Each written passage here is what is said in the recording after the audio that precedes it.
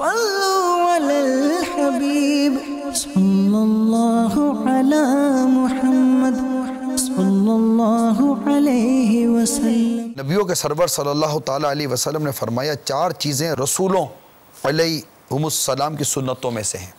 Number 1 عطر لگانا، number 2 نکاح کرنا، نمبر 3 مسواک کرنا۔ اب یقیناً ہر رسول، ہر نبی، ہر ولی با حیا ہی ہوتا ہے، اور بڑی توجہ کے ساتھ ان عبارتوں کو ضرور سنیے، بڑی توجہ کے ساتھ سنیے۔ بڑی ہی پرسوز عبارتیں، بڑی دل سے لکھی گئی عبارتیں یہ امیر اہل سنت کی۔ اللہ عز و جل کے مقبول بندے، یعنی ہر رسول، ہر نبی، ہر ولی با حیا ہی ہوتا ہے۔ اللہ عز و جل کے مقبول بندے کے بارے میں بے حیائی کا تصور بھی نہیں کیا جا سکتا، اور جو بے حیا ہے وہ نیک بندہ کہلانے کا حقدار نہیں۔ چچا، تایا، خالہ، ماموں، پھوپھی کی لڑکیوں، چچی، تائی، ممانی، اپنی بھابھی، نامحرم پڑوسنوں اور دیگر نامحرم عورتوں کو جو قصدن دیکھے، ان سے بے تکلف بنے، فلمیں ڈرامے دیکھے، گانے باجے سنے، فحش کلامی یا گالم گلوچ کرے، وہ بے حیا ہی نہیں، بے حیا لوگوں کا بھی سردار ہے۔ اگرچہ وہ قاری ہے، قائم اللیل ہے، صائم الدہر یعنی رات بھر عبادت کرنے والا، سارا سال روزہ رکھنے والا ہو، اس کے اعمال اپنی جگہ پر، مگر ان کے ساتھ بے حیائی کے کاموں کے ارتکاب نے اس کی صفت حیا اور نیک ہونے کی خصلت کو سلب کر لیا۔ یہ بات ہے۔ اور آج کل کے نظارے بھی عام ہیں۔ اچھے خاصے مذہبی حلیے میں نظر آنے والے بے شمار افراد اس مرض میں مبتلا ہیں، یعنی چہرے پر داڑھی، سر پر زلفیں، امامہ شریف، سنت کے مطابق لباس، بلکہ بعض تو اچھے خاصے دین کے مبلغ ہونے کے باوجود حیا کے معاملے میں سراسر محروم ہوتے ہیں۔ دیور و بھابھی کے پردے کے معاملے میں قطعاً لاپرواہی برت کر جہنم کے حقدار ٹھہرتے ہیں۔ ایسے نیک نما افراد کو کوئی درد بھرا دل رکھنے والا سمجھائے بھی تو ایک کان سے سن کر دوسرے سے نکال دیتے ہیں۔ جب ان کے بے تکلف دوستوں کے ساتھ گپ شپ کی منڈلیاں لگتی اور محفلیں جمتی ہیں تو ان میں بلا وجہ شادیوں اور اخلاق سے گری ہوئی شہوت افزا باتوں کی بھرمار ہوتی ہے۔ تیری شادی، میری شادی، فلاں کی شادی وغیرہ ان کی غیر مقدس محفلوں کے عام موضوعات ہوتے ہیں، اور پھر اشاروں کنایوں میں ایسی باتیں کر کے لطف اٹھایا جاتا ہے کہ کوئی با حیا ہو تو شرم سے پانی پانی ہو جائے۔ ان لوگوں کی کتنی بڑی بد نصیبی و محرومی ہے کہ نفلی عبادتیں، ریاضتیں کریں، فرائض کے علاوہ نفلی نمازیں پڑھیں، نفلی روزے رکھیں، مگر گانوں، باجوں، فلموں، ڈراموں، غیر عورتوں کو تاکنے، جھانکنے، امردوں یعنی بے ریش خوبصورت لڑکوں پر بری نظر ڈالنے جیسے بے حیائی کے کاموں سے باز نہ آئیں۔ یاد رکھیے، ہزاروں سال کی نفلی، اب یہ غور سے سنیے گا، تمام اسلامی بھائی غور سے سنیے اور غور کیجئے اور تصور کیجئے کہ کیا چیز ہے۔ حیا کا کیسا معیار امیر علیہ سنت بیان کرنے کی کوشش کر رہے ہیں، اور ہمیں بے حیائی کی کیسی مطلب کہ کیسا اس کا تصور ہمارے سامنے پیش کر رہے ہیں۔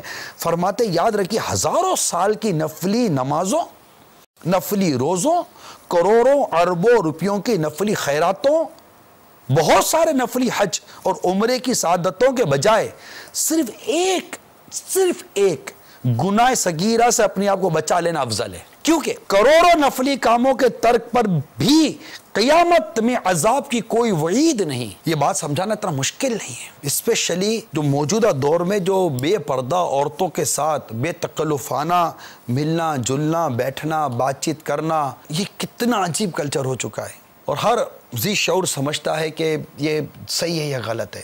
دعوتوں کے اندر دیکھیں، اور بھی بہت ساری چیزیں، میں کیا ہر چیز کھل کر بیان کروں، جو کچھ ہو رہا ہے ہمارے معاشرے میں سب پتہ ہے۔ اب یہ بتائیے، اس وقت آپ گھر میں بیٹھے ہوئے، آپ کی بستر پہ آپ کا مین ڈور آپ کا کھلا ہوا ہے، آپ اپنے ڈرائنگ روم میں بیٹھے ہیں، گھر میں چل پھر رہے ہیں، باہر کوئی غیر محرم مرد اور عورت، لڑکا لڑکی، ہمارے لڑکا لڑکی آپس میں کوئی بے حیائی والا کام کر رہے ہیں، چھیڑ خانی کر رہے ہیں، ایسا کام کر رہے ہیں جو واقعی بے حیائی کا ہے۔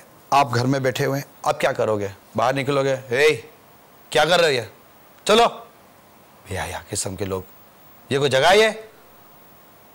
کوئی سکھائی نہیں ہے تم کو کسی نے؟ یہ کیا طریقہ ہے؟ چلو بھاگو ادھر سے۔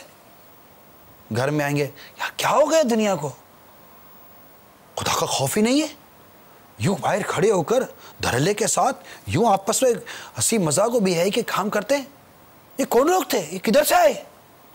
اب آپ کو غصہ ہے نا، تھوڑی دیر کے بعد غصہ ٹھنڈا ہوا، بیٹھے ٹی وی آن کیا، گھر میں سارے لوگ بیٹھے ہوئے ہیں، بہنیں بیٹھی ہوئی ہیں، بہو بیٹھی ہوئی ہے، ماں بیٹھی ہوئی ہے، بیوی بیٹھی ہوئی ہے، بچیاں بیٹھی ہوئی ہیں، بچے بیٹھے ہوئے ہیں، ٹی وی دیکھ رہے ہیں. آپ بتائیے گا پلیز، بتائیے جو منظر آپ نے ابھی دروازے کے باہر دیکھا ہوگا اس سے زیادہ گندا اور بے حیا منظر آپ اسکرین پہ دیکھ رہے ہوتے ہیں، سب کے بیچ میں دیکھ رہے ہوتے ہیں. وہ آپ کا جوش میں آنا، یہ سب ہونا بہت اچھی بات ہے، اچھی بات ہے، میں اس کا انکار نہیں کرتا کہ وہ کیوں آپ جوش میں آ گئے، اچھی بات ہے. اور جو آپ نے شریعت کے دائرے میں رہ کر روکنے کی کوشش کی، سب اچھی بات ہے. مگر اب جو اسکرین کے سامنے بیٹھ کر آپ جو دیکھ رہے ہیں، کر رہے ہیں، اور جو سارے گھر والے بیٹھے ہوئے ہیں، اب آپ کو کیا ہو گیا ہے؟ حیا کا آنا جانا کیا ہے؟ وہ قوم کل تک جو کھیلتی تھی شمشیروں کے ساتھ، سینما دیکھتی ہے آج ہمشیروں کے ساتھ. اللہ ہم سب کو حیا، کامل حیا عطا فرمائے. گھر میں حیا ہو، ہمارے بدن کے ایک ایک روئے میں حیا ہو. اپنے بچوں کو حیا سکھائیں، اپنی بچیوں کو حیا سکھائیں، بچوں کی امی کو حیا سکھائیں. اے کاش پردہ آ جائے، قرآن کی تلاوت گھر میں ہو، نیکی ہو، پرہیزگاری ہو. بے حیائی نہ ہماری اسکرین پر نظر آئے، نہ بے حیائی ہمارے گھر میں نظر آئے. اللہ کرے بے حیائی ہمارے معاشرے سے نکل جائے. سب سے خطرناک سیلاب ہے یہ بے حیائی کا، جو آج ہمارے معاشرے کو بہا کر لے کے جا رہا ہے. اس بے حیائی کے سیلاب پر بند باندھنے کی کوشش کریں. یہ وہ سیلاب ہے جو ہمارے معاشرے کو بہا کر لے جا رہا، ہمارے اخلاقیات کو بہا کر لے جا رہا، ہمارے کردار کو بہا کر لے جا رہا ہے. اس کے آگے بند باندھیں، اور اس کا بند باندھنے کے لیے میں آپ کو دعوت دیتا ہوں، دعوت اسلامی کے ساتھ آئیں. انشاءاللہ دعوت اسلامی بند باندھتی ہے. صلوا علی الحبیب صلی اللہ علی محمد صلی اللہ علیہ وسلم.